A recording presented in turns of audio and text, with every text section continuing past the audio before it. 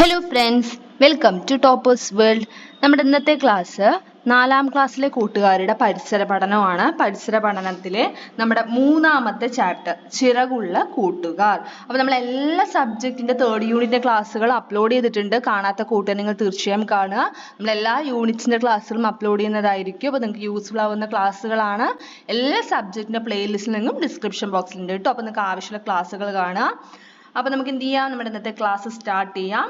3rd unit ചിറകുള്ള കൂട്ടുകാർ. നമ്മുടെ ഈ പാഠത്തിൽ എന്തിനെ കുറിച്ചാണ് പഠിക്കാൻ പോകുന്നത് വെച്ചാൽ പക്ഷികളെ കുറിച്ചാണ് നമ്മൾ പഠിക്കാൻ പോകുന്നത് കേട്ടോ.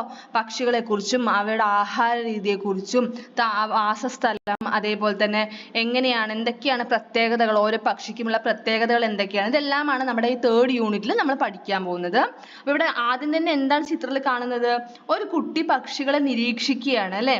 അപ്പോൾ അതിൽ നിന്നാണ് നമ്മൾ പാഠം സ്റ്റാർട്ട് ചെയ്യുന്നത്. അപ്പോൾ നമുക്ക് ആദ്യം വായിക്കാം കേട്ടോ. ഒരു പക്ഷിയുടെ പാട്ട് കേൾപ്പിച്ചുകൊണ്ടാണ് അന്ന് ടീച്ചർ ക്ലാസ് തുടങ്ങിയത്. കുട്രു കുട്രു കുട്രു. ഈ പാട്ട് നിങ്ങൾ കേട്ടിട്ടുണ്ടോ, ടീച്ചർ ചോദിച്ചു. ഒരു പക്ഷിയുടെ ശബ്ദമാണ് അല്ലേ പക്ഷിയുടെ പാട്ട് എന്ന് പറയുന്നത്. ഏതാണ് ഈ പാട്ട് പാടുന്ന പക്ഷി, ആരെങ്കിലും കണ്ടിട്ടുണ്ടോ? ക്ലാസ്സിലാകെ നിശബ്ദത. അപ്പൊ നമുക്ക് പാട്ട് പാടുന്ന പക്ഷി എന്ന് പറയുമ്പോൾ നമുക്ക് അറിയുന്ന ഒരു പക്ഷി ഏതാ, കുയിലാണ്. പക്ഷെ ഇവിടെ കുയിലിനെ കുറിച്ചല്ല പറയുന്നത്. കുട്രു കുട്രു എന്ന് പറഞ്ഞിട്ട് ശബ്ദം ഉണ്ടാക്കുന്ന പാട്ട് പാടുന്ന പക്ഷി ഏതാണ് എന്ന് ടീച്ചർ ചോദിക്കുകയാണ്. ചിന്ന കുട്രുവാൻ എന്നാണ് അതിന്റെ പേര്. അയാൻ പറഞ്ഞു. അത് കേട്ട് അയാൻ പറഞ്ഞ കുട്ടി പറയണ ആ പക്ഷിയുടെ പേരാണ് ചിന്ന കുട്രുവാൻ. ഈ പാട്ടുകാരൻ പക്ഷിയുടെ നിറം എന്താണ്? അതിന്റെ നിറം പച്ചയാണ് ടീച്ചർ. ഉത്തരം സൈറയുടേതായിരുന്നു. ഈ പക്ഷിയെ പച്ചില കുടുക്ക എന്നും വിളിക്കും. അങ്ങനെ വിളിക്കാൻ കാരണം എന്തായിരിക്കും? ടീച്ചർ തുടർന്നു. എന്തുകൊണ്ടായിരിക്കും പച്ചില കുടുക്ക എന്ന് വിളിക്കുന്നുണ്ടാവുക? അതിന്റെ നിറം പച്ച കളറാണ് അല്ലെ, സോ പച്ചില കുടുക്ക എന്ന് വിളിക്കണോ. അപ്പൊ ഇവിടെ എന്താണ്, നമുക്ക് പാഠം തുടക്കത്തിൽ നമ്മൾ പക്ഷികളെ കുറിച്ചാണ് ഇവിടെ പറയുന്നത് അല്ലെ. അപ്പൊ പക്ഷികൾ പലതരം ഉണ്ടല്ലോ. ഏതെല്ലാം പക്ഷികൾ നിങ്ങളുടെ പ്രദേശത്തുണ്ട്? അപ്പൊ നമ്മൾ ഒരുപാട് പക്ഷികൾ നമ്മൾ കണ്ടിട്ടുണ്ടാവും. അപ്പൊ നിങ്ങളുടെ പ്രദേശത്തുള്ള ഏതെങ്കിലും പക്ഷികളുടെ പേരാണ് ഇവിടെ എഴുതാൻ പറയുന്നത്. അപ്പൊ നമുക്ക് ഏതൊക്കെ എഴുതാം? തത്ത, കാക്ക, മൈന, കുരുവി, കുയിൽ, കോഴി, അങ്ങനെ നിങ്ങൾക്ക് അറിയുന്ന പക്ഷികളുടെ പേര് എഴുതുക കേട്ടോ. നിങ്ങൾക്ക് എത്ര എണ്ണത്തിന്റെ പേരറിയാം അവ എന്റെ പരിസര പഠന പുസ്തകത്തിൽ എഴുതുക. നിങ്ങളുടെ നോട്ട്ബുക്കിൽ നിങ്ങൾക്ക് അറിയുന്ന പക്ഷികളുടെ പേര് എഴുതുക. അതാണ് നമ്മുടെ 1ാമത്തെ പ്രവർത്തനം എന്ന് പറയുന്നത്.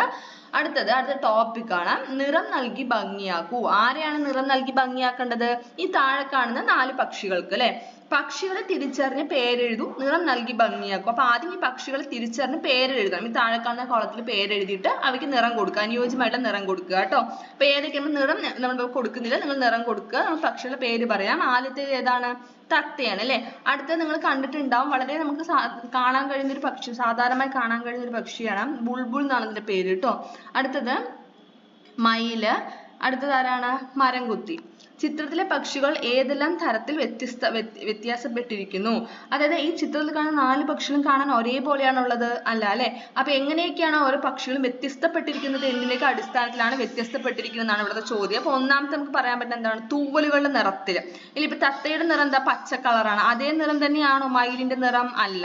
അപ്പൊ തൂവലുകളുടെ നിറത്തിൽ വ്യത്യസ്തപ്പെട്ടിട്ടുണ്ടാവും. പിന്നെ എന്താ? ശരീരത്തിന്റെ ആകൃതിയിൽ എന്താണ്? വ്യത്യസ്തപ്പെട്ടിട്ടുണ്ടാവും. ശരീരത്തിന്റെ ആകൃതിയിൽ ഡിഫറെന്റ് ആയിരിക്കും ഓരോ പക്ഷികളും വ്യത്യസ്തപ്പെട്ടിരിക്കും. പിന്നെ ചിറകിന്റെ ആകൃതിയിൽ, അതുപോലെ ചുണ്ടെന്ന് പറയുന്നത് കൊക്ക് അല്ലെ, കൊക്കിന്റെ ആകൃതിയിലും എന്താണ്? വ്യത്യസ്തപ്പെട്ടിരിക്കും. ഇപ്പൊ തത്തയുടെ കൊക്ക് പോലെയാണോ മരംകൊത്തിയുടെ കൊക്ക്? അല്ല അല്ലെ. അപ്പൊ കൊക്കിന്റെ ആകൃതിയിൽ വ്യത്യസ്തപ്പെട്ടിരിക്കും പക്ഷികള്. അപ്പൊ എങ്ങനെയൊക്കെയാണ് പക്ഷികൾ വ്യത്യസ്തപ്പെട്ടിരിക്കുന്നത്? തൂവലുകളുടെ നിറത്തിൽ, ശരീരത്തിന്റെ ആകൃതിയിൽ, ചിറകിന്റെ ആകൃതിയിൽ, ചുണ്ടിന്റെ ആകൃതിയിൽ. ഓക്കെ. അടുത്ത ടോപ്പിക് തരം തിരിക്കാമാണ്. നമ്മുടെ പ്രദേശത്തുള്ള പക്ഷികളുടെ തൂവലുകളെല്ലാം ഒരേ നിറത്തിലുള്ളവയാണ്. അപ്പൊ നമ്മൾ പക്ഷികളെ കുറിച്ച് നമ്മൾ തുടങ്ങി അല്ലെ. ഇനി അടുത്ത നമ്മൾ പക്ഷികളുടെ തൂവലുകളെ കുറിച്ചാണ് ഇവിടെ പറയുന്നത്. എല്ലാ പക്ഷികളുടെ തൂവലുകളും ഒരേ അതായത് ഇപ്പൊ ഒരു പക്ഷി എടുത്താൽ ആ പക്ഷിക്ക് ഒരേ നിറത്തിലുള്ള തൂവലുകളാണോ, ഒരു പക്ഷിക്ക് തന്നെ വ്യത്യസ്ത നിറത്തിലുള്ള തൂവലുകൾ ഉണ്ടോ എന്നാണ് ഇവിടെ ചോദ്യം കേട്ടോ. അപ്പോൾ നമ്മുടെ പ്രദേശത്തുള്ള പക്ഷികളുടെ തൂവലുകളെല്ലാം ഒരേ നിറത്തിലുള്ളവയാണോ? തീർച്ചയായിട്ടും അല്ല അല്ലെ. തൂവലുകൾക്ക് വ്യത്യസ്ത നിറമുള്ള പക്ഷികളെ കണ്ടിട്ടില്ലേ? തീർച്ചയായിട്ടും കണ്ടിട്ടുണ്ടാവില്ല. ഫോർ എക്സാമ്പിൾ നമുക്ക് എന്ത് പറയാൻ പറ്റും? മയിലിന്റെ ശരീരത്തിൽ പല നിറത്തിലുള്ള തൂവലുകൾ ഉണ്ട് അല്ലെ. അപ്പൊ അതിന്റെ അടിസ്ഥാനത്തിലാണ് ഇവിടെ പട്ടികപ്പെടുത്തേണ്ടത്. ശരീരത്തിൽ ഒരേ നിറത്തിലുള്ള തൂവലുള്ളവയെ ആദ്യ കോളത്തിലും ശരീരത്തിൽ പല നിറത്തിലുള്ള തൂവലുള്ളവയെ 2ാമത്തെ കോളത്തിലുമായിട്ട് എഴുതുക. ഇവിടെ നമുക്കിപ്പോൾ കാക്ക എഴുതിയിട്ടുണ്ട്. പിന്നെ എന്താ എഴുതാം? കുയില്, കൊക്ക്, തത്ത, ആരയനൊക്കെ എഴുതാൻ പറ്റും. അപ്പൊ നമ്മൾ തത്ത എന്ന് എഴുതിക്കുന്നത് നമ്മൾ സാധാരണ കാണുന്ന പച്ച കളർ തത്തയാണ് പറയണത് കേട്ടോ.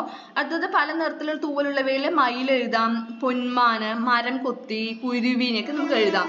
അടുത്തത് പക്ഷികളുടെ പൊതുവായ പ്രത്യേകതകൾ എന്തെല്ലാമാണ്? പൊതുവായിട്ട് എല്ലാ പക്ഷികൾക്കും കാണാൻ കഴിയുന്ന പ്രത്യേകതകൾ എന്തൊക്കെയാണ്? എല്ലാ പക്ഷികൾക്കും തൂവലുകൾ പക്ഷികളുണ്ട്, എല്ലാ പക്ഷികൾക്കും കൊക്കുണ്ട്, എല്ലാ പക്ഷികൾക്കും ചിറകുകളുണ്ട്. ഇതെല്ലാം പൊതുവായി കാണുന്ന പ്രത്യേകതകളാണ് പക്ഷികൾക്ക്. പരിസരം നിരീക്ഷിച്ച് വ്യത്യസ്ത പക്ഷികളുടെ സവിശേഷതകൾ കണ്ടെത്താം. പക്ഷി നിരീക്ഷിക്കുമ്പോൾ ബൈനാക്കുലേഴ്സ് ലഭ്യമെങ്കിൽ ഉപയോഗിക്കാൻ മറക്കരുത്. എന്തെല്ലാം കാര്യങ്ങൾ നിരീക്ഷിക്കണം, അതായത് നമുക്ക് എവിടെയൊക്കെ എന്തൊക്കെ കാര്യങ്ങൾ നമുക്ക് നിരീക്ഷിക്കണം. പക്ഷി കാണപ്പെടുന്ന സ്ഥലം നിരീക്ഷിക്കണം, പിന്നെ കണ്ട സമയം. അപ്പൊ നമ്മൾ നോട്ട് ചെയ്യുന്ന സമയത്ത് എന്തൊക്കെ എഴുതണം? പക്ഷി കാണപ്പെടുന്ന സ്ഥലം, കണ്ട സമയം, വലുപ്പം, നിറം, കൂട്, ശബ്ദം, അതുപോലെ തന്നെ കാലുകളുടെ നിറം, വിരലുകളുടെ എണ്ണം, വലുപ്പം, നീളം, കണ്ണുകളുടെ വലുപ്പം, നിറം, തൂവലുകളുടെ പ്രത്യേകത, പറക്കുന്ന രീതി. പിന്നെ എന്തൊക്കെ എഴുതാം? ചുണ്ടിന്റെ വലുപ്പം, അതായത് കൊക്കിന്റെ കേട്ടോ, ചുണ്ടിന്റെ വലുപ്പം, നീളം, വാലിന്റെ പ്രത്യേകത, ചിറകിന്റെ വലുപ്പം, രൂപം. ഇതൊക്കെ നമുക്ക് എന്ത് ചെയ്യാം? നിരീക്ഷിക്കാം. നിങ്ങളുടെ പരിസരത്തുള്ള ഏതെങ്കിലും ഒരു പക്ഷിയെ നിരീക്ഷിച്ച് അതിന്റെ പ്രത്യേകതകൾ ഉൾപ്പെടുത്തി കുറിപ്പ് തയ്യാറാക്കൂ. ചിത്രം വരയ്ക്കാനും മറക്കരുത്.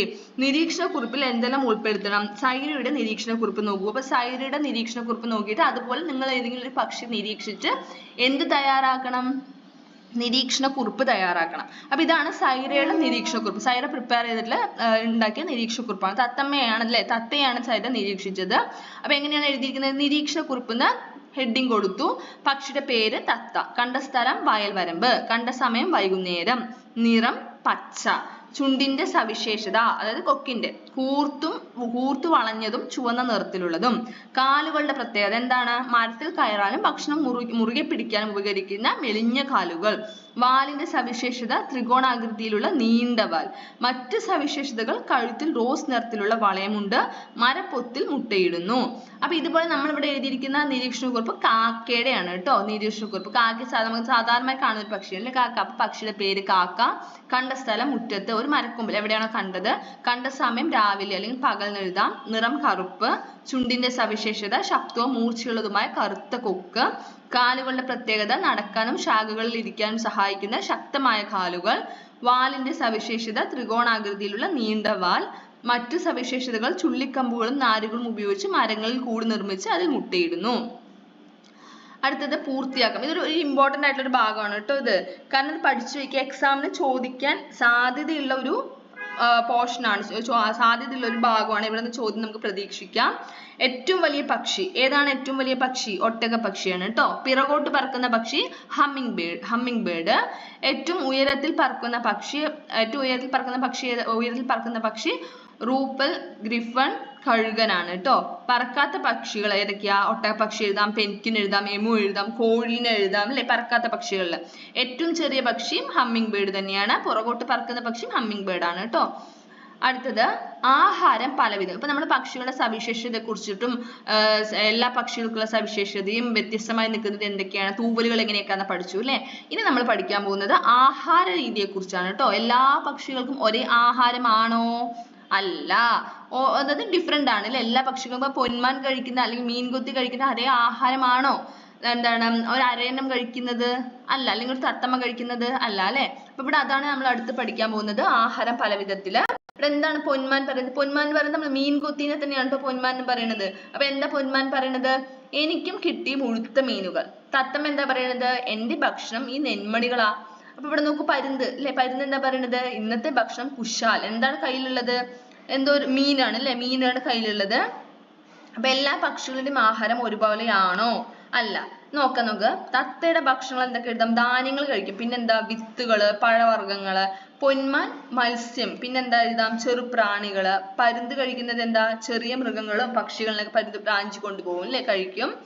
പിന്നെ എന്താണ് പ്രാവ് എന്തൊക്കെ കഴിക്കും? ധാന്യങ്ങൾ, വിത്തുകൾ, പഴവർഗ്ഗങ്ങൾ. കോഴി കഴിക്കുന്നത് ധാന്യങ്ങൾ, പുഴുക്കൾ, ചെറുപ്രാണികൾ. ഹമ്മിങ് ബേർഡ് പൂവിൽ നിന്നുള്ള തേന്. അപ്പൊ ഇതുപോലെ നിങ്ങൾക്ക് കൂടുതൽ നിങ്ങൾക്ക് അറിയുന്ന പക്ഷികളെയും ആഹാരവും എഴുതി ചേർക്കാം കേട്ടോ. അടുത്തത് അപ്പൊ ഇവിടെ നോക്കൂ, എന്താണ് അടുത്ത? കുളക്കോഴി ആയിരിക്കില്ല, അല്ലെങ്കിൽ അരയന്നം. അപ്പൊ ജലത്തിലുള്ള ഒരു പക്ഷിയാണ് അല്ലെ. അപ്പൊ എന്താണ്? ജലസാന്നിധ്യമുള്ള പ്രദേശങ്ങളിലാണ് ഞങ്ങൾ ഇര തേടുന്നത് എന്ന് പറയുന്നത്. അപ്പൊ ഇവിടെ ഈ പക്ഷി എന്താ പറയുന്നത്? ഇരയെ റാഞ്ചി പിടിക്കാനാണ് എനിക്കിഷ്ടം. അപ്പൊ അടുത്ത ആൾ എന്താ പറയുന്നത്? പുൽവിത്തുകളും ധാന്യമണികളും കൊത്തി തിന്നുന്നതാണ് എനിക്കിഷ്ടം. ഒരു കുരുവിയാണ് അല്ലെ. അപ്പൊ അടുത്ത് നോക്കൂ, പഴം കഴിക്കുന്ന ഒരു പക്ഷി പറയുകയാണ്, പഴങ്ങൾ തിന്നുന്നവരുടെ കൂട്ടത്തിലാണ് ഞാൻ. അപ്പൊ ഓരോരുത്തർക്കും ഓരോ ആഹാര രീതിയാണ് അല്ലെ. അപ്പൊ അതിന്റെ അടിസ്ഥാനത്തിലാണ് നമ്മളിവിടെ തരംതിരിക്കാൻ പറയുന്നത്. ഏതെല്ലാം ഭക്ഷണങ്ങളാണ് ഓരോ പക്ഷിയും ഭക്ഷിക്കാറുള്ളത്? അവ കണ്ടെത്തി എഴുതൂ. കൂടുതൽ പക്ഷികളുടെ പേരുകൾ കൂടുകളിൽ ഉൾപ്പെടുത്തൂ. അപ്പൊ ആദ്യം നമുക്ക് എന്ത് ഹെഡിങ് കൊടുക്കാം?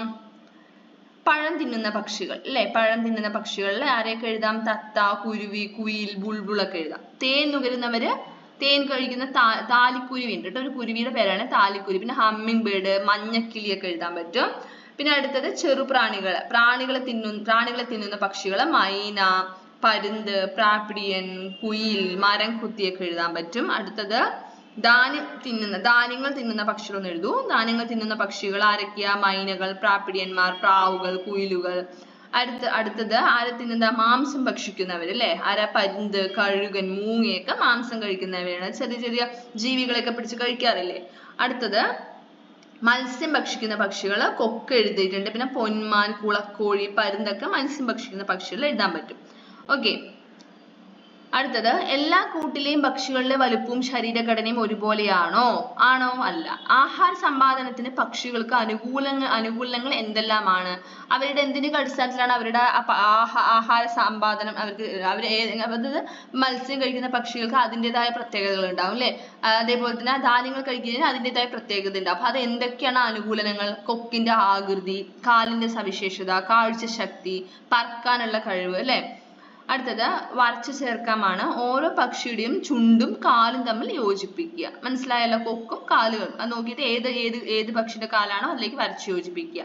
ആദ്യത്തെ താറാവ് അല്ലെ, താറാവിന്റെ കാലിലോട്ട്. അടുത്തത് പൊന്മാന്, പരുന്ത്, അതുപോലെ കൊറ്റി, മരം കൊത്തി, കണ്ടോ? അതുപോലെ വരച്ചു യോജിപ്പിക്കുക കേട്ടോ.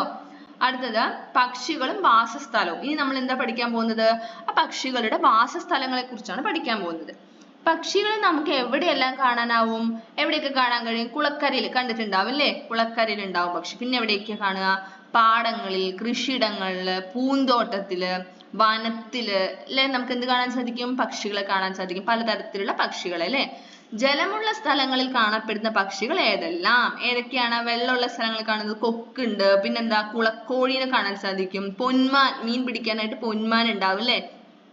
കൊക്ക്, പൊന്മാൻ, കുളക്കോഴി, ഇനിയുണ്ട് ഒരുപാട് പക്ഷികളുടെ, എഴുതി ചേർക്കുക കേട്ടോ. അവയുടെ സവിശേഷതകൾ എന്തെല്ലാമാണ്? അതായത് ജലമുള്ള സ്ഥലങ്ങളിൽ കാണപ്പെടുന്ന പക്ഷികളുടെ പ്രത്യേകതകൾ അല്ലെങ്കിൽ സവിശേഷതകൾ എന്തെല്ലാമാണ്?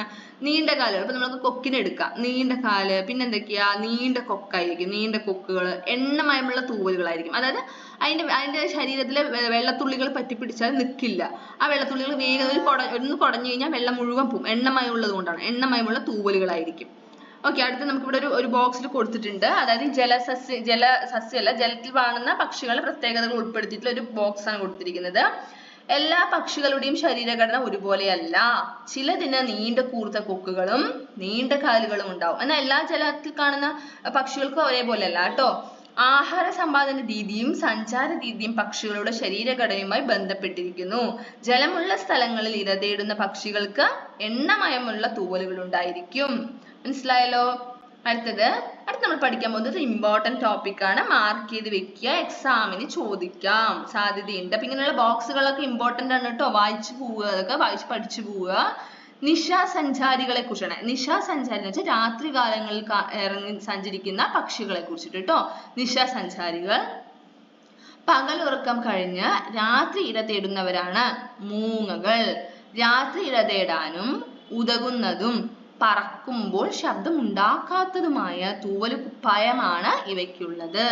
ചെറുജീവികളെ പിടികൂടുന്ന കാട്ടുമൂങ്ങ, എലികളെയും പെരുച്ചാഴികളെയും തിന്നുന്ന വെള്ളിമൂങ്ങ, മീനുകളെ വേട്ടയാടുന്ന മീൻകൂമൻ, ചുണ്ടലിയെ ഭക്ഷിക്കുന്ന നത്തുകൾ, ഇവയൊക്കെ രാത്രി സഞ്ചാരികളാണ്. അപ്പൊ ആരൊക്കെയാണ് നമ്മൾ പറഞ്ഞു?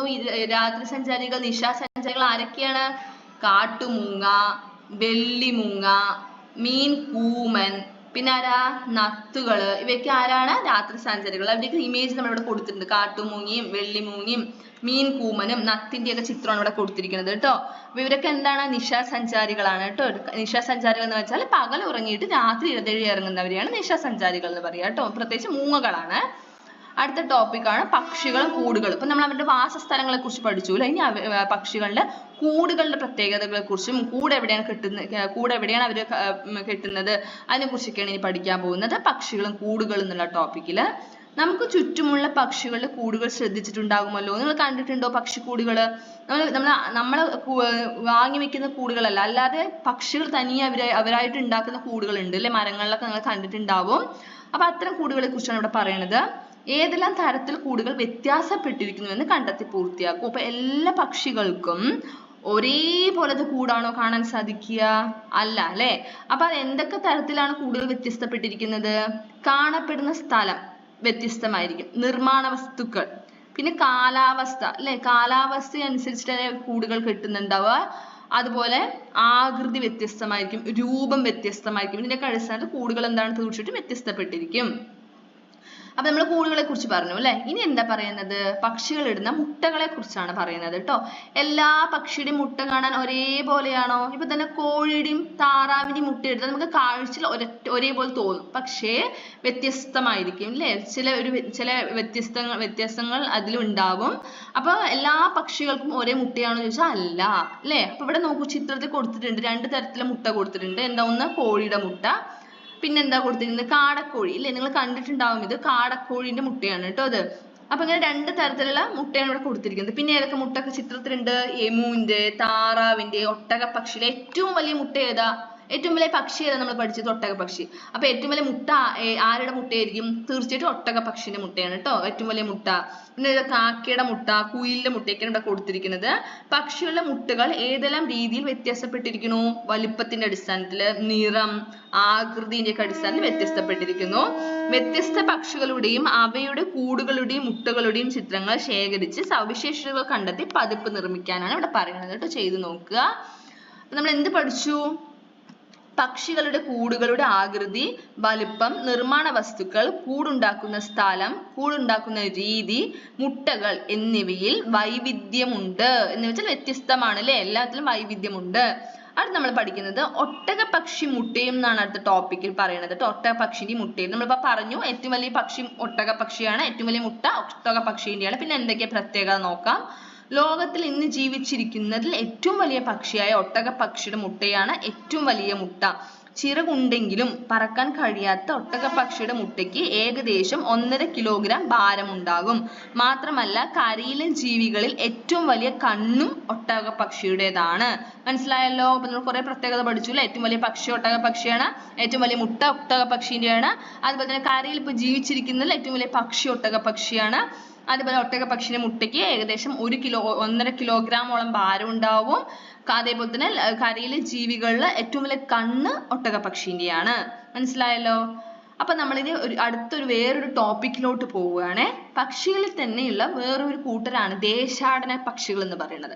എന്താണ് ദേശാടന പക്ഷികൾ എന്ന് വെച്ചാൽ, അതായത് അവരുടെ വാസസ്ഥലത്ത് നിന്ന് അല്ലെങ്കിൽ അവരുടെ സ്ഥലത്ത് നിന്ന് ഒരുപാട് ദൂരത്തേക്ക് കൂട്ടമായി പറന്നത്. ചിലപ്പോൾ കാലാവസ്ഥ അനുകൂലമാവാത്തത് കൊണ്ടാവാം, അവിടെ ഉണ്ടാകുന്ന കാലാവസ്ഥ വ്യതിയാനങ്ങൾ കാരണമായിരിക്കാം. അങ്ങനെ അവരെന്ത് ചെയ്യുന്നു? ആ കാലാവസ്ഥ ശരിയാകുമ്പോൾ തിരിച്ചു വരും. പക്ഷെ അതിനു മുമ്പ് അവരെന്ത് ചെയ്യും? കൂട്ടത്തോടെ പറന്ന് വേറൊരു സ്ഥലത്തേക്ക് പോയിട്ട് അവിടെ എന്തിനായിരിക്കാം? ചിലപ്പോൾ അവർ മുട്ടയിടാൻ വേണ്ടിയിട്ടായിരിക്കാം, അല്ലെങ്കിൽ ആ കാലാവസ്ഥ അനുകൂലമാകുമ്പോൾ തിരിച്ചു വരും. അപ്പൊ കാലാവസ്ഥ പ്രതികൂലമാകുമ്പോഴാവും, അല്ലെങ്കിൽ ഭക്ഷണത്തിനാവാം, അല്ലെങ്കിൽ ഈ പറഞ്ഞ പോലെ മുട്ടയിടാനും മുട്ടയിടാനൊക്കെ വേണ്ടിയിട്ടായിരിക്കും അവർ എന്ത് ചെയ്യും? വേറൊരു സ്ഥലത്തോട്ട് കൂട്ടമായിട്ട് പറന്നു പോകും. അങ്ങനെയുള്ള പക്ഷികൾ ദേശാടന പക്ഷികൾ എന്നാണ് പറയുക. അത്തരം കുറച്ച് ദേശാടന പക്ഷികളാണ് കേട്ടോ ഇത്. കടും പച്ചപ്പൊടിക്കുരുവി, അതുപോലെ തന്നെ കാവി, നാഗമോഹൻ, മഞ്ഞക്കിളി, പൊന്മണൽ കോഴി, കാട്ടുവാലുകുലുക്കി. ചിത്രത്തിൽ കാണുന്ന പക്ഷികളെ നാം എപ്പോഴും കാണാറുണ്ടോ? ഇല്ല. കാരണം എന്തുകൊണ്ടാണ്? അവ ദേശാടന പക്ഷികളാണ് അല്ലെ. അപ്പൊ ഒരു പെർട്ടിക്കുലർ ടൈമിൽ മാത്രമേ അവരൊരു സ്ഥലത്ത് ഉണ്ടാവുള്ളൂ. അതിനുശേഷം അവർ അവരുടെ സ്ഥലത്തോട്ട് തിരിച്ചു പോകും. മനസ്സിലായല്ലോ. സോ ഇവരുടെ ശബ്ദം എപ്പോഴും കേൾക്കാറുണ്ടോ? ഇല്ല. കാരണം എന്താ? കാരണം പ്രതികൂല കാലാവസ്ഥയിൽ നിന്നുള്ള രക്ഷയ്ക്കും ഭക്ഷണത്തിനും പ്രജനനത്തിനും വേണ്ടി ചില ഇനം പക്ഷികൾ കൂട്ടത്തോടെ ഒരു ദേശത്തു നിന്ന് മറ്റൊരു ദേശത്ത് എത്തുന്നു. അതായത് അവരുടെ ദേശത്ത് നിന്ന് അവർ വേറൊരു ദേശത്ത് എത്തുന്നു. കാലാവസ്ഥ അനുകൂലമാകുമ്പോൾ അവ തിരിച്ചു സഞ്ചരിക്കുകയും ചെയ്യുന്നു. ഇത്തരം പക്ഷികളാണ് ദേശാടന പക്ഷികൾ. മനസ്സിലായല്ലോ. ഇത് ഇമ്പോർട്ടന്റ് ആണ് കേട്ടോ, പഠിച്ചു വയ്ക്കുക. ദേശാടന പക്ഷി എന്താണെന്ന് പഠിച്ചു വയ്ക്കുമ്പോൾ കൂട്ടത്തിൽ ഒരു 2-3 എക്സാമ്പിൾ കൂടെ പഠിച്ചു വയ്ക്കൂ കേട്ടോ. കൂടുതൽ ദേശാടന പക്ഷികളുടെ പേരുകൾ അന്വേഷിച്ച് കണ്ടെത്തി എഴുതൂ. ചിത്രങ്ങൾ ശേഖരിച്ച് പരിസര മൂലയിൽ ബോർഡ് കോർണറിൽ ഒട്ടിക്കുക. നിങ്ങളുടെ ക്ലാസ് റൂമിൽ ചെയ്യാനാണ് പറയുന്നത്. നമുക്ക് കുറച്ച് ദേശാടന പക്ഷികളെ പരിചയപ്പെടാം. സൈബീരിയൻ കൊക്ക്, വലിയ രാജഹംസം, കാട്ടുവാലുകുലുക്കി, ഇവയെല്ലാം എന്താണ്? ദേശാടന പക്ഷികളാണ് കേട്ടോ. അടുത്തത് നെക്സ്റ്റ് ടോപ്പിക് പക്ഷികളും പരിസ്ഥിതിയും. എങ്ങനെയൊക്കെയാണ് പക്ഷികൾ പരിസ്ഥിതിക്ക് ഒരുപാട് സഹായമാവുന്നത്, എങ്ങനെയൊക്കെയാണ് പ്രയോജനമാവുന്നത്, എങ്ങനെയൊക്കെയാണെന്നാണ് അടുത്ത ടോപ്പിക്കിൽ പറയുന്നത്. അപ്പൊ ഇവിടെ നോക്കൂ, ചിത്രത്തിൽ നോക്കൂ, ഏതോ ഒരു കെട്ടിടത്തിന്റെ മുകളിലായിട്ട് എന്ത് കാണണം, ആൽമരം വളർന്നു വരികയാണ് അല്ലെ. അപ്പൊ ചില കെട്ടിടങ്ങളുടെ മുകളിൽ ആൽമരം വളർന്നു വരുന്നത് നിങ്ങൾ ശ്രദ്ധിച്ചിട്ടുണ്ടോ? അവ ആരെങ്കിലും നട്ടു വളർത്തിയതാണോ എന്നാണ് ചോദ്യം. അതായത് ഇത് ആരെങ്കിലും നട്ടു വളർത്തിയതാണോ ഇത്തരം ആൽമരങ്ങൾ? അല്ല. അപ്പൊ അത് എങ്ങനെയായിരിക്കും അവിടെ വന്നിട്ടുണ്ടാവുക? പക്ഷികളെ കൊണ്ടുള്ള പ്രയോജനങ്ങൾ എന്തെല്ലാം? അപ്പൊ എങ്ങനെയായിരിക്കും അത് വന്നിട്ടുണ്ടാവുക? ആരെങ്കിലും നട്ടു വളർത്തിയതാണോ? ഇപ്പൊ വലിയ വലിയ ബിൽഡിങ്ങിന്റെ ഒക്കെ മേലെ പോയിട്ട് ഇതുപോലെ ആൽമരങ്ങൾ വന്നിട്ടുണ്ടാവും. അത് ആരെങ്കിലും വളർത്തുന്നതാണോ? അല്ല. പിന്നെ എങ്ങനെയാണ് ഇത് വന്നിട്ടുണ്ടാവുക? തീർച്ചയായിട്ടും ഈ പക്ഷികൾ എന്ത് ചെയ്യും, ഈ ഫ്രൂട്ട്സ് കഴിച്ചിട്ട് അതിന്റെ കുരു, അല്ലെങ്കിൽ ഇപ്പൊ ആൽമരത്തിൽ പക്ഷികൾ കഴിക്കുന്ന ചെറിയ ചെറിയ പഴങ്ങളുണ്ട്. അപ്പൊ അത് കഴിച്ചിട്ട് എന്ത് ചെയ്യും, അതിന്റെ വിത്ത് ഈ പറഞ്ഞ പോലെ ബിൽഡിങ്ങിന്റെ മുകളിലൊക്കെ ഇരുന്നിട്ടായിരിക്കും കഴിക്കുക. എന്നിട്ട് ആ വിത്ത് അവിടെ തന്നെ ഇടും. അത് അവിടെ നിന്ന് എന്താവുന്നു, മരമായി വളരുകയാണ് അല്ലെ. അപ്പൊ പക്ഷികളെ കൊണ്ടുള്ള പ്രയോജനങ്ങൾ എന്തെല്ലാമാണ്? ഒന്ന് വിത്ത് വിതരണം, അടുത്തത് പരാഗണം, ചെടികളിൽ ഉണ്ടാകുന്ന പരാഗണം, പിന്നെയോ കീടനിയന്ത്രണം. ഇതെല്ലാം ആര് സഹായിക്കുന്നു? ഇതിനെല്ലാം പക്ഷികൾ സഹായിക്കുന്നു അല്ലെ. അടുത്തത് നെക്സ്റ്റ് ടോപ്പിക്, ദാഹജലം തേടി. നീരുറവകളും ജലാശയങ്ങളും വറ്റി വരളുന്ന വേനലിൽ പക്ഷികളും മൃഗങ്ങളും ദാഹമകറ്റുന്നത് എങ്ങനെയായിരിക്കും? എങ്ങനെയാണ്? തീർച്ചയായിട്ടും എല്ലാം വറ്റി വരളുമ്പോൾ എങ്ങനെയായിരിക്കും? ഒരുപാട് ജീവജാലങ്ങൾ വെള്ളം കിട്ടാതെ പോകുന്നുണ്ട് അല്ലെ. വെള്ളം കിട്ടാതെ മരിച്ചു പോകും, ചത്തുപോകുന്നു, അത് അവർക്ക് ജീവിക്കാൻ സാധിക്കാത്ത അവസ്ഥ വരുന്നു. അപ്പൊ അതിന് നമുക്ക് എന്ത് ചെയ്യാം എന്നാണ് ഇവിടെ പറയുന്നത്? വേനലിലെ കൊടും ചൂടിനെയും വരൾച്ചയെയും അതിജീവിക്കുന്നതിനായി പക്ഷികൾക്ക് ദാഹജലം ഒരുക്കാവുന്നതാണ്. ഇതിനായി മരത്തിലോ മരത്തണലിലോ മറ്റു തുറസായ സ്ഥലങ്ങളിലോ മൺപാത്രങ്ങളിൽ വെള്ളം ഒഴിച്ചു വയ്ക്കാം. കൊതുക്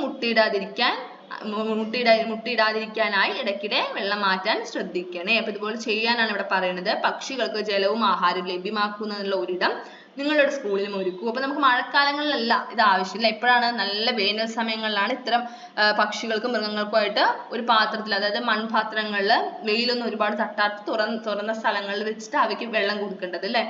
അത് ഇടയ്ക്ക് മാറ്റുകയും ചെയ്യണം. ഇല്ലെങ്കിൽ എന്ത് സംഭവിക്കും? കൊതുക് വന്ന് മുട്ടയിട്ട് പെരുകും അല്ലെ. അടുത്ത നമ്മൾ ആരെ കുറിച്ചാണ് പഠിക്കുന്നത്? മലമുഴക്കി വേഴാമ്പലിനെ കുറിച്ചാണ് അല്ലെ. മലമുഴക്കി വേഴാമ്പലാണ്. അപ്പൊ നമുക്ക് നോക്കാം, ആരാണ് മലമുഴക്കി വേഴാമ്പൽ? നമ്മുടെ കേരളത്തിന്റെ ഔദ്യോഗിക പക്ഷിയാണ് കേട്ടോ. മലമുഴക്കി വേഴാമ്പൽ എന്ന് പറയുന്നത് ആരാണ്? നമ്മുടെ കേരളത്തിന്റെ ഔദ്യോഗിക പക്ഷിയാണ്. അതോടൊപ്പം തന്നെ കാട്ടിലെ കർഷകൻ എന്ന അപരനാമത്തിൽ അറിയപ്പെടുന്ന പക്ഷി ആരാണ്? മലമുഴക്കി വേഴാമ്പൽ. കേരളത്തിന്റെ ഔദ്യോഗിക പക്ഷിയായ മലമുഴക്കി വേഴാമ്പൽ വംശനാശ ഭീഷണിയിലാണ്. അപ്പൊ നോക്കൂ, ആരൊക്കെയാണ് ഇതുപോലെ ഒരുപാട്, നമ്മൾ മലമുഴക്കി വേഴാമ്പൽ മാത്രം ഒരുപാട് പക്ഷികൾ വംശനാശ ഭീഷണി നേരിട്ടുകൊണ്ടിരിക്കുന്നുണ്ട്. അതായത് എന്താ വംശനാശ ഭീഷണി എന്ന് വെച്ചാൽ അവരുടെ എണ്ണം കുറഞ്ഞു വന്ന് അവസാനം എന്ത് സംഭവിക്കും? അങ്ങനെ ഒരു പക്ഷി തന്നെ ഭൂമിയിൽ നിന്നും ഇല്ലാതാവും. നമുക്ക് പിന്നീടുള്ള കാലങ്ങളിൽ എന്ത് സംഭവിക്കും? ഇത്തരം ഒരു പക്ഷി ഉണ്ടായതുകൊണ്ട് ചിത്രം മാത്രമേ നമുക്ക് കാണാൻ സാധിക്കുള്ളൂ അല്ലെ. അത്തരം പക്ഷിയെ പിന്നെ നമുക്ക് ഒരിക്കലും തന്നെ കാണാൻ സാധിക്കില്ല എവിടെയും. അതാണ് വംശനാശ ഭീഷണി എന്ന് പറയുന്നത്. ആ വംശം തന്നെ നശിച്ചു പോകുക, അതാണ് പറയുന്നത്. മലമുഴക്കി വേഴാമ്പൽ, അങ്ങാടിക്കുരുവി തുടങ്ങിയ പക്ഷികളുടെ എണ്ണത്തിൽ ഇപ്പോൾ കുറവ് വന്നുകൊണ്ടിരിക്കുന്നു. കാരണം എന്തായിരിക്കാം? എന്തൊക്കെ കാരണങ്ങളായിരിക്കാം? ഒന്ന്, ഭക്ഷണ സാധനങ്ങളുടെ ലഭ്യത കുറവ്. പിന്നെന്താണ്? ഉയരം കൂടിയ വൃക്ഷങ്ങളുടെ അഭാവം. പിന്നെ മനുഷ്യ സാമീപ്യം അല്ലെ. മനുഷ്യ സാമീപ്യം ചില പക്ഷികൾ എന്ത് സംഭവിക്കും? ഇല്ലാതാവാൻ കാരണമാവും. പിന്നെ നമുക്ക് എഴുതാൻ പറ്റുന്നത് വനനശീകരണം എഴുതാം. വനനശീകരണം, പിന്നെ ആവാസ വ്യവസ്ഥകളുടെ നാശം, മലിനീകരണം, ഇതെല്ലാം എന്തിനു കാരണമാവുകയാണ്? ഇതേപോലെയുള്ള അതായത് ഇതുപോലെ മലമുഴക്കി വേഴാമ്പൽ, അങ്ങാടിക്കുരുവി തുടങ്ങിയുള്ള പക്ഷികൾ വംശനാശ ഭീഷണി നേരിടാൻ കാരണമാവുന്നതാണ് ഇതെല്ലാം. ഈ ഭക്ഷണ സാധനങ്ങളുടെ ലഭ്യത കുറവ്, ഉയരം കൂടിയ വൃക്ഷങ്ങളുടെ അഭാവം, മനുഷ്യ സാമീപ്യമല്ല. അടുത്തത് എന്താണ്? ഈ വംശനാശം സംഭവിച്ചുകൊണ്ടിരിക്കുന്ന പക്ഷികൾ അല്ലെങ്കിൽ ഇത്തരം ജീവികളെ നമ്മളൊരു ബുക്കിൽ റെക്കോർഡ് ചെയ്ത് വെക്കുന്നുണ്ട്. അത് ഏത് ബുക്കാന്ന് വെച്ചാൽ റെഡ് ഡാറ്റ ബുക്ക് എന്നാണ് അതിനെ പറയുക കേട്ടോ. വംശനാശം സംഭവിച്ചുകൊണ്ടിരിക്കുന്ന ജീവികളെ പറ്റി പ്രതിപാദിക്കുന്ന പുസ്തകമാണ് റെഡ് ഡാറ്റ ബുക്ക്. ഓക്കെ. അപ്പൊ വംശനാശ ഭീഷണി നേരിടുന്ന കേരളത്തിലെ മറ്റു പക്ഷികളുടെ പേരുകൾ കണ്ടെത്തി എന്റെ പരിസര പഠന പുസ്തകത്തിൽ എഴുതും. അപ്പൊ നമ്മളിവിടെ കുറച്ച് ചിത്രം കൊടുത്തിട്ടുണ്ട്. അപ്പൊ ഇതുപോലെ നിങ്ങൾ എന്ത് ചെയ്യുക? വംശനാശ ഭീഷണി നേരിടുന്ന പക്ഷികളെ അത്തരം പക്ഷികളെ കണ്ടെത്തി ആ ചിത്രവും പേരും കൂടെ ഉൾപ്പെടുത്തി ഒരു ആൽബം തയ്യാറാക്കുക കേട്ടോ. ഇവിടെ നമ്മൾ എഴുതിയിരിക്കുന്നത് മുള്ളൻ പുൽക്കുരുവി, അതുപോലെ തന്നെ നീലഗിരി മരപ്രാവ്, പിന്നെ ചൂളക്കാക്ക, ഇതൊക്കെയാണ് എഴുതിയിരിക്കുന്നത് കേട്ടോ. ഇതെല്ലാം വംശനാശ ഭീഷണി നേരിടുന്ന പക്ഷികളാണ്. അപ്പൊ നമ്മളിപ്പോ പക്ഷികളെ കുറിച്ചെല്ലാം പറഞ്ഞു കഴിഞ്ഞു അല്ലെ. ഇനി നമ്മൾ പറയാൻ പോകുന്നത് പക്ഷികളെ നിരീക്ഷിക്കുന്നവരെ കുറിച്ചാണ് കേട്ടോ. പക്ഷി നിരീക്ഷകരെ കുറിച്ചാണ് പറയാൻ പോകുന്നത്. അപ്പൊ പക്ഷി നിരീക്ഷകർ എന്ന് പറയുമ്പോൾ തന്നെ അതിൽ നമുക്ക് ഏറ്റവും ഫസ്റ്റ് പറയേണ്ട പേരാണ് ആര്? ഡോക്ടർ സലീം അലി. ഓക്കെ. അദ്ദേഹം ആരാണ്? ഇന്ത്യ കണ്ട ഏറ്റവും വലിയ പക്ഷി നിരീക്ഷകനാണ് ഡോക്ടർ സലീം അലി. അദ്ദേഹത്തിന്റെ ജീവിതത്തെ കുറിച്ചാണ് ഇവിടെ എന്ത് പറയുന്നത്, അദ്ദേഹത്തിന്റെ ഒരു ഇതാണ് ഇവിടെ പറയുന്നത്. ഇപ്പൊ ഡയറിയിൽ കൊടുത്തിരിക്കുന്നുണ്ടത്, ഇത് നമുക്ക് വായിച്ചു നോക്കാം. അപ്പൊ അദ്ദേഹം എങ്ങനെയാണ് ഈ പക്ഷി നിരീക്ഷകനായത് അതാണ് ഇവിടെ എഴുതിയിരിക്കുന്നത്. സലീമിന് 10 വയസ്സുള്ളപ്പോൾ അമ്മാവൻ സമ്മാനമായി നൽകിയ എയർഗൺ ഉപയോഗിച്ച് മഞ്ഞത്താലി എന്ന ഒരു കുരുവിയെ വെടിവെച്ചിട്ടു. സലീമും അമ്മാവനും ഈ കുരുവിയുമായി അമ്മാവന്റെ സുഹൃത്തായ ബോംബെ, അതായത് മുംബൈ നാച്ചുറൽ ഹിസ്റ്ററി സൊസൈറ്റി ഉദ്യോഗസ്ഥനായ WS മിലാഡിനെ സന്ദർശിക്കുകയുണ്ടായി. അദ്ദേഹം സൊസൈറ്റിയിൽ സംസ്കരിച്ച് സൂക്ഷിച്ചിരുന്ന പക്ഷികളുടെ ശേഖരം സലീമിന് പരിചയപ്പെടുത്തി. അതിൽ സലീം വെടിവെച്ചിട്ട മഞ്ഞത്താലിയെ പോലുള്ള കുരുവികളും ഉണ്ടായിരുന്നു. ഈ സന്ദർശനം പിന്നീട് അദ്ദേഹത്തെ ഒരു പക്ഷിപ്രേമിയാക്കി മാറ്റി. മനസ്സിലായല്ലോ. ഇദ്ദേഹത്തിന്റെ ജന്മദിനമായ നവംബർ 12 ദേശീയ പക്ഷി നിരീക്ഷണ ദിനമായി നാം ആഘോഷിക്കുന്നു. ഇത് ഇമ്പോർട്ടന്റ് ആണ്. എന്നാണ് ദേശീയ പക്ഷി നിരീക്ഷണ ദിനം എന്നാ? നവംബർ 12. അത് ആരുടെ ജന്മദിനമാണ്? ഡോക്ടർ സലീം അലി. മറ്റേതെല്ലാം പക്ഷി നിരീക്ഷകരെ നിങ്ങൾക്കറിയാം. കൂടുതൽ വിവരങ്ങൾ കണ്ടെത്തി എഴുതൂ. ഇപ്പൊ ഇവിടെ നമ്മൾ എഴുതിയിരിക്കുന്നത് KK നീലകണ്ഠൻ. അദ്ദേഹം പക്ഷി നിരീക്ഷകനാണ്. അദ്ദേഹം KK നീലകണ്ഠൻ എന്ന ഇന്ദുചൂടൻ എന്ന പേരിലാണ് അറിയപ്പെടുന്നത്. അദ്ദേഹത്തെ കുറിച്ച് നമുക്ക് എന്തൊക്കെ പറയാം? ഇന്ത്യയിലെ പ്രശസ്തമായ പക്ഷി നിരീക്ഷകനായിരുന്നു ഇന്ദുചൂടൻ എന്ന തൂലിക നാമത്തിൽ അറിയപ്പെട്ടിരുന്ന KK നീലകണ്ഠൻ. കേരളത്തിലെ പരിസ്ഥിതി സംരക്ഷണ പ്രസ്ഥാനത്തിന്റെ തുടക്കക്കാരനായി അദ്ദേഹം കരുതപ്പെടുന്നു. 1949 അദ്ദേഹം ഇന്ത്യയിലെ ഏറ്റവും വലിയ പെലിക്കൻ സങ്കേതം കണ്ടെത്തി. അദ്ദേഹത്തിന്റെ ഏറ്റവും പ്രധാനപ്പെട്ട പുസ്തകമായ കേരളത്തിലെ പക്ഷികൾ പുസ്തകമാണ്. അത് മലയാള സാഹിത്യത്തിലെ ഒരു ഉത്തമ കൃതിയായി കരുതപ്പെടുന്നു. ചിത്രങ്ങൾ സഹിതം കേരളത്തിൽ കാണപ്പെടുന്ന 261 ഇനം പക്ഷികളെ ഈ പുസ്തകത്തിൽ വിവരിച്ചിരിക്കുന്നു. ഓക്കെ, അത്രയും നിരീക്ഷിച്ചിട്ട് അടുത്തത് ഡോക്ടർ R സുഗതനാണ്. കേരളത്തിൽ നിന്നുള്ള ഒരു ആദരണീയ പക്ഷിശാസ്ത്രജ്ഞനാണ് ഡോക്ടർ R സുഗതൻ. തട്ടേക്കാട് പക്ഷി സങ്കേതത്തിൽ പക്ഷിശാസ്ത്രജ്ഞനായി ജോലി ചെയ്തു. റിപ്ലി മൂങ്ങ എന്ന പുതിയ തരം മൂങ്ങയെ ആരെ കണ്ടെത്തിയത്? Doctor R Sugathan. മനസ്സിലായല്ലോ. പക്ഷികളെ നിരീക്ഷിക്കുന്ന ആൾക്കാരെ കുറിച്ച് പറഞ്ഞു അല്ലെ. പക്ഷികളെ കുറിച്ചുള്ള പഠനവുമായി ബന്ധപ്പെട്ട ശാസ്ത്രശാഖയെ പറയുന്ന പേരാണ് പക്ഷിശാസ്ത്രം. മനസ്സിലായല്ലോ. പക്ഷിശാസ്ത്രം ഇംഗ്ലീഷിൽ പറയാ ഓർണിത്തോളജി എന്നാണ് കേട്ടോ പറയാ. പക്ഷികളെ നിരീക്ഷിക്കുന്നവരെ കുറിച്ച് നമ്മൾ പഠിച്ചു. പക്ഷിശാസ്ത്രത്തിനെ കുറിച്ച് പറഞ്ഞു. ഇനി പക്ഷി സങ്കേതത്തെ കുറിച്ചാണ് പറയുന്നത്. ഡോക്ടർ സലീം അലിയുടെ പേരിൽ കേരളത്തിലുള്ള പക്ഷി സങ്കേതമാണ് തട്ടേക്കാട് പക്ഷി സങ്കേതം. മറ്റേതെല്ലാം പക്ഷി സങ്കേതങ്ങളെ കുറിച്ച് നിങ്ങൾക്കറിയാം? പദപ്രശ്നം പൂർത്തിയാക്കൂ. അപ്പൊ നമ്മുടെ ഒരു പദപ്രശ്നമാണ്. ഇതെല്ലാം പക്ഷി സങ്കേതങ്ങളുടെ പേരാണ് ഉത്തരമായിട്ട് വരിക കേട്ടോ. വലത്തോട്ട് ഒന്നാമത്തെ കോട്ടയം ജില്ലയിലെ ഒരു പക്ഷി സങ്കേതം. ഏതാണ് കോട്ടയം ജില്ലയിലെ? കുമരകം പക്ഷി സങ്കേതം. അടുത്ത 2 കേരളത്തിലെ ഏക മയിൽ സംരക്ഷണ കേന്ദ്രം ചൂളന്നൂർ ആണ്. ആക്ച്വലി ചൂളന്നൂർ എന്നും വായിക്കും കേട്ടോ. ലായം വരുവേ, ചൂളന്നൂർ എന്ന് പറയും.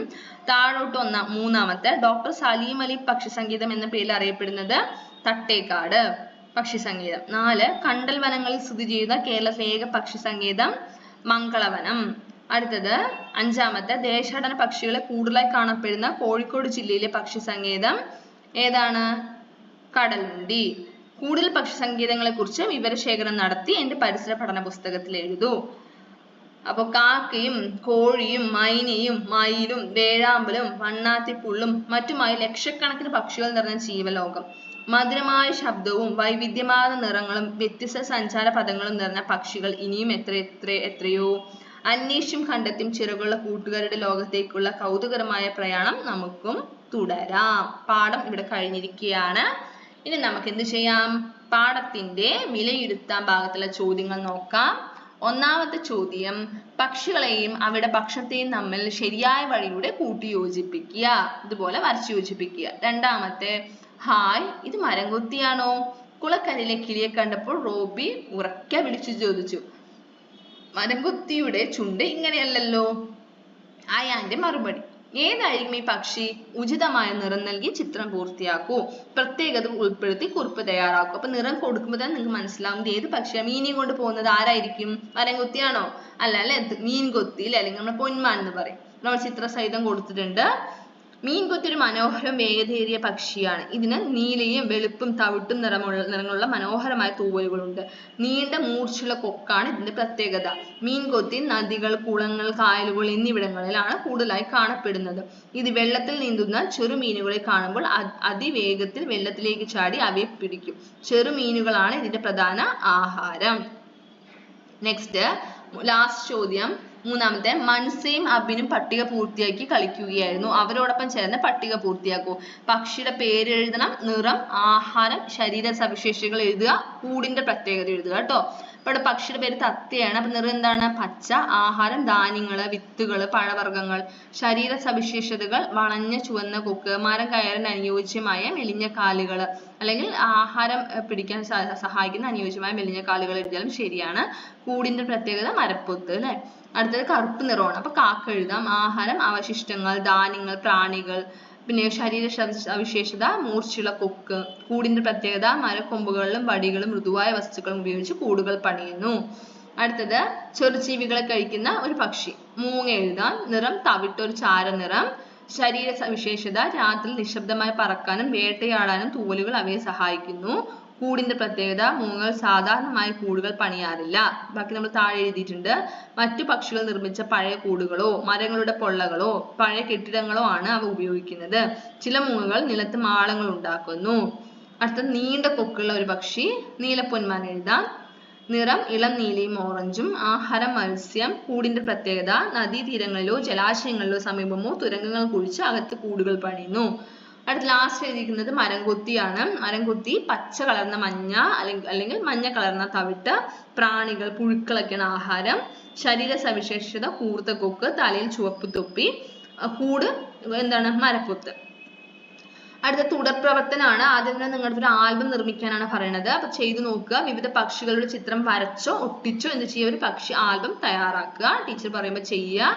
രണ്ടാമത്തെ ചോദ്യം, വിവിധ പക്ഷികളുടെ തൂവലുകൾ ശേഖരിച്ച് അവ ചേർത്ത് വെച്ച് വ്യത്യസ്ത രൂപങ്ങൾ നിർമ്മിക്കുക. മൂന്നാമത്തെ, പരിസ്ഥിതി സംരക്ഷണത്തിൽ പക്ഷികളുടെ പങ്ക്.